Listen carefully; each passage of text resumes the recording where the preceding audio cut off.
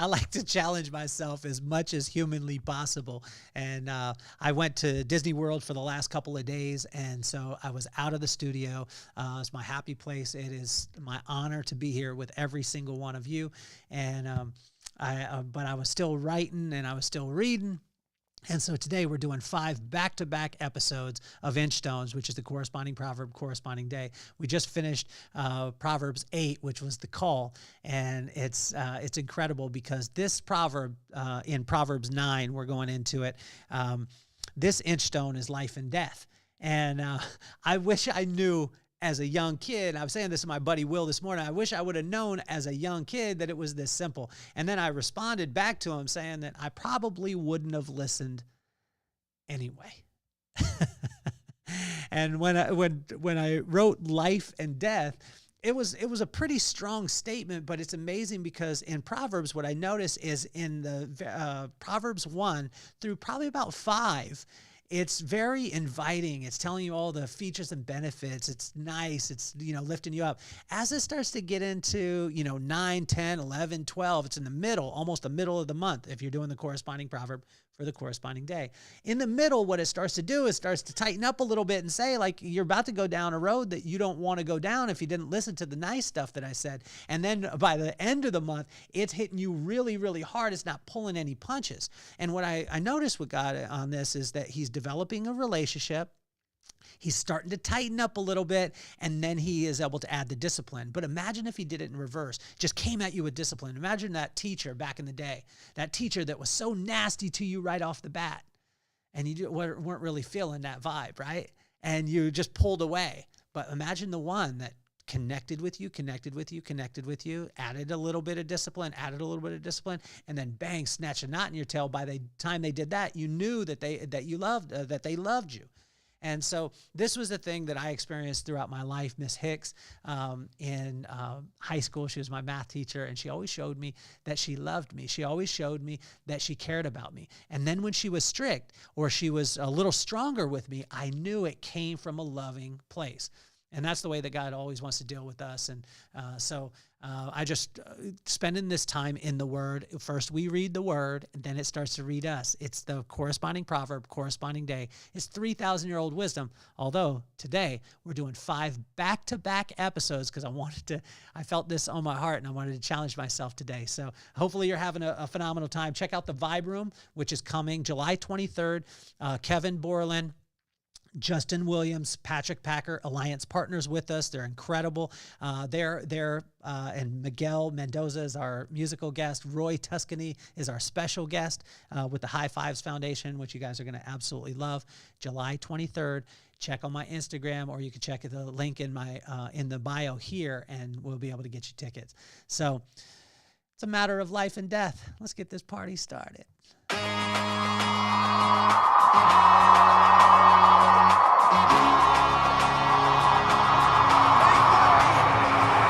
Nothing more on my mind. I got to shine, so every day I grind. Work in the morning, work in the evening. We's achieving, cause we believing. It's for certain, we put the work in.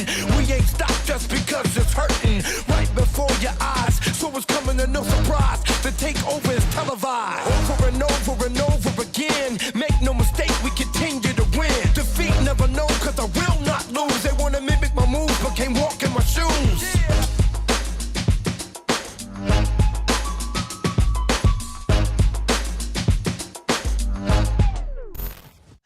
For those of you tuning in for the first time, my name is Kelly Cardenas, and this is the Vibe podcast. And the cool thing about it is it has a bunch of different facets to it. It has Inchstones, like what we're doing today. So we have 10 to 15 minutes, sometimes 20-minute, little sparks in the morning that will be able to lift you up and take you through something, lift you up in your day and get your day started off right. We've also got interviews with some of the most iconic people in the world. And then we do an episode called You Have to Meet My Friends, where I go live and I call my friends randomly. So we have a mixed bag that way. So I hope you enjoy the podcast. It has been one of the greatest projects that I've ever done in my entire life. And so I just want to give a big shout out to my big brother, Rob, too, because without him, this podcast wouldn't be possible.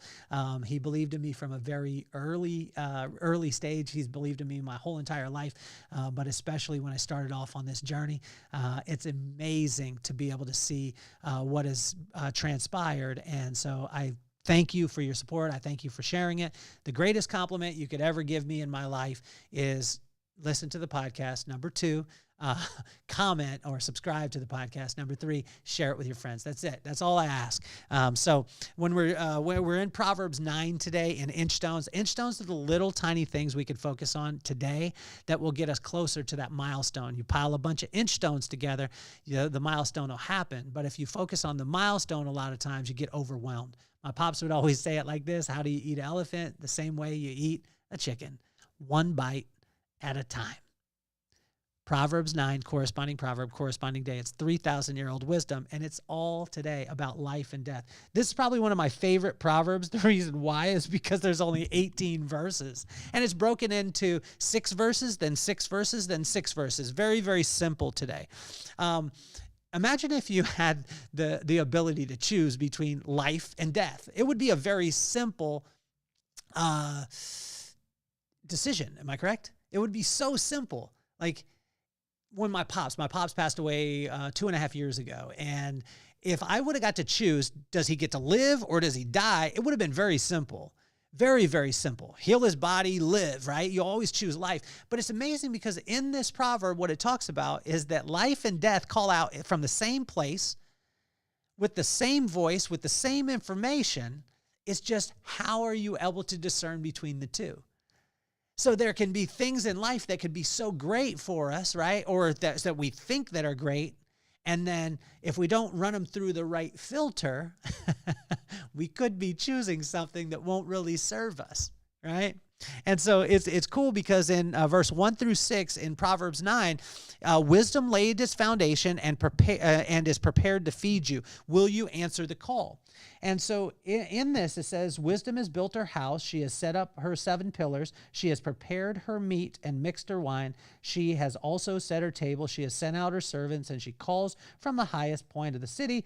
Let those who are simple come to my house. Let those who have no sense, she says, come, eat my food. Drink my the wine I have mixed. Leave your simple ways, and you will live. Walk in the way of insight. It's very, very simple, right? I mean, wow, like calling the simple. Like sometimes we're boneheads, right? And I do this quite often, especially when I have to get on the phone with somebody who's I just had it happen. I was working with something online and I couldn't get a representative. Then I get the representative. Then I just lose my mind and I'm a bonehead and I'm on the phone. I'm yelling and my son is looking at me like, come on, man. Like, didn't you just record Inchstones and you're telling people to read the word? Yeah, I'm reading the word, but I'm a real person and I lose it a lot of times. I don't know if you do either, but I guess you could judge me in this. So imagine this. The life's call. It's just wisdom laid her foundation. She's prepared to feed you, but will you answer the call? And then in verse 7 through 12, it's crazy because the questions are, who will you serve and how much will it cost? And it answers these questions because, and this was confusing because in verse 7 for me as a kid, when I read this, whoever corrects a mocker invites insults. Whoever rebukes the wicked will incur abuse. Do not rebuke mockers or they will hate you. Rebuke the wise and they will love you. Instruct the wise and they will be wiser still. So it talks about the two things, that when you correct a mocker, you invite insults. Do not rebuke mockers or they will hate you. Rebuke the wise and they will love you. Instruct the wise and they will be wiser still. Teach the righteous and they will add to their learning. And then in verse 10, it brings it right into focus where it says, fear the Lord. The fear of the Lord is the beginning of wisdom, and knowledge of the Holy One is understanding. So what it talks about in this is like that life is going to call out to us, right? Latest foundation is ready to feed us. Will you answer the call? Then it goes into it and says, like, if you correct somebody who's being silly, they'll just get mad. If you correct someone who's wise, they will be amazing. But how do I know who's the idiot And who's the wise one? Well, then it goes to it and says, fear of God. Fear of God will give you wisdom. It'll give you understanding. So you mean to tell me to be able to run everything through the filter of just spending time with him, and he will give me the right answer, and he'll give me the filter to be able to discern if that situation is right for me? Yes. This is so tough, though, because as we follow up with that in verse 13 through 18, it talks about folly is laid her foundation, and it is prepared to feed you. Will you answer? And that's death, right? And so imagine life did that exact same thing. It laid its foundation. It's prepared to feed you. Will you answer the call? It's exactly the same thing with death or folly or wickedness or silliness or boneheadedness, as you could refer to it as. And listen to this, though. Folly is an unruly woman. She is simple and knows nothing. This is verse 13 through 18. She sits at the door of her house on the seat of the highest point of the city, calling out to those who pass by, who go straight on their way. Let all who are simple come to my house. Those who have no sense, she says, stolen water is sweet, food eaten in secret is delicious, but little do they know that the dead are there and that her guests are deep in the realm of the dead. It's amazing because the call is exactly the same. Verse 16, it says, let those who are simple come to my house, those who have no sense, she says.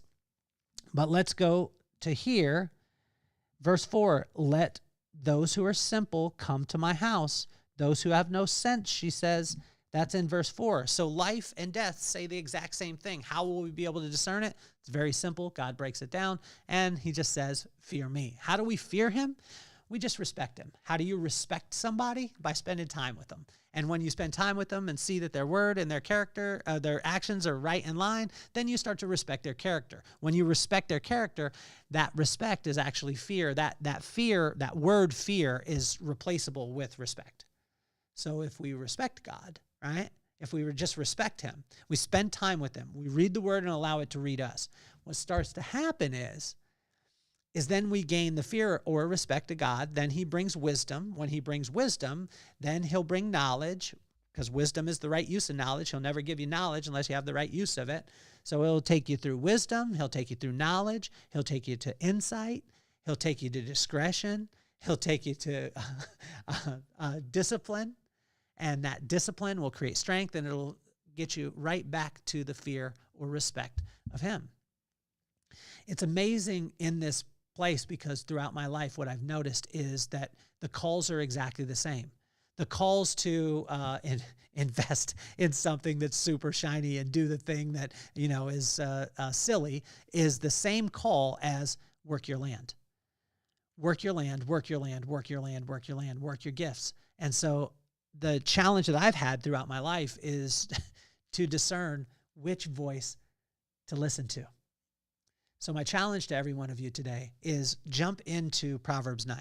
It's only 18 verses. Read it, and then write down the verse that stuck out in your heart, what hit your heart, what it made you think about, and then what action you can apply to that. It'll be amazing what can happen. It's only 18 verses. That's the challenge that I have for every single one of you. This has been Proverbs 9. It's the corresponding proverb for the corresponding day. If you want the notes, send me a message. I'll send you out the notes too. I love you guys. This has been Inchstones, 3,000-year-old wisdom that is applicable in today's world all throughout. Which one will you answer? Life or death? They're calling the exact same. They have the exact same voice. It's amazing because wisdom, which is life, or folly, which is death, call in the same manner from the same place, both promising their message. You have the power to choose. Choose life. Have a wonderful day. My name is Kelly Cardenas. Check out the Vibe Room July 23rd in Salt Lake City. I love you so much. Peace, love, and soul. I'm officially off the hot seat.